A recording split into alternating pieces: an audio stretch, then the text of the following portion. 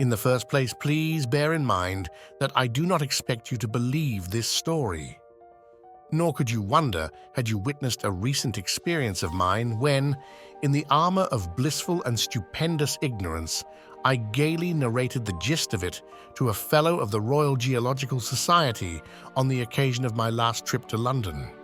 You would surely have thought that I had been detected in no less a heinous crime than the purloining of the crown jewels from the Tower or putting poison in the coffee of His Majesty the King. The erudite gentleman in whom I confided congealed before I was half through. It is all that saved him from exploding. And my dreams of an honorary fellowship, gold medals, and a niche in the Hall of Fame faded into the thin, cold air of his Arctic atmosphere. But I believe the story, and so would you, and so would the learned fellow of the Royal Geological Society, had you and he heard it from the lips of the man who told it to me. Had you seen, as I did, the fire of truth in those grey eyes? Had you felt the ring of sincerity in that quiet voice? Had you realized the pathos of it all? You too would believe. You would not have needed the final ocular proof that I had, the weird Rhamphorhynchus-like creature which he had brought back with him from the inner world.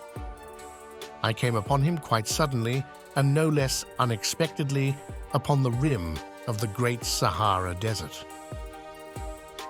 He was standing before a goatskin tent amidst a clump of date palms within a tiny oasis.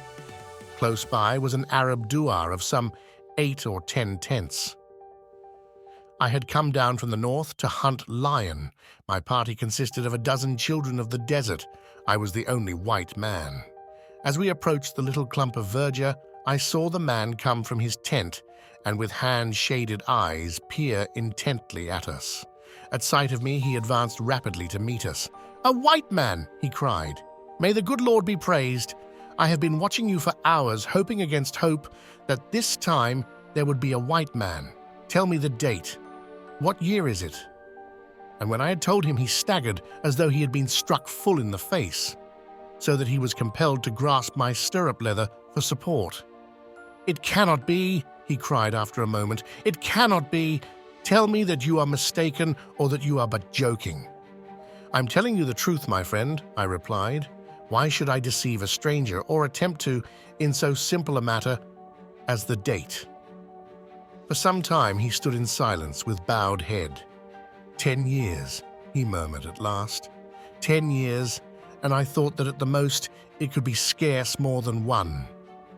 That night, he told me his story, the story that I give you here as nearly in his own words as I can recall them.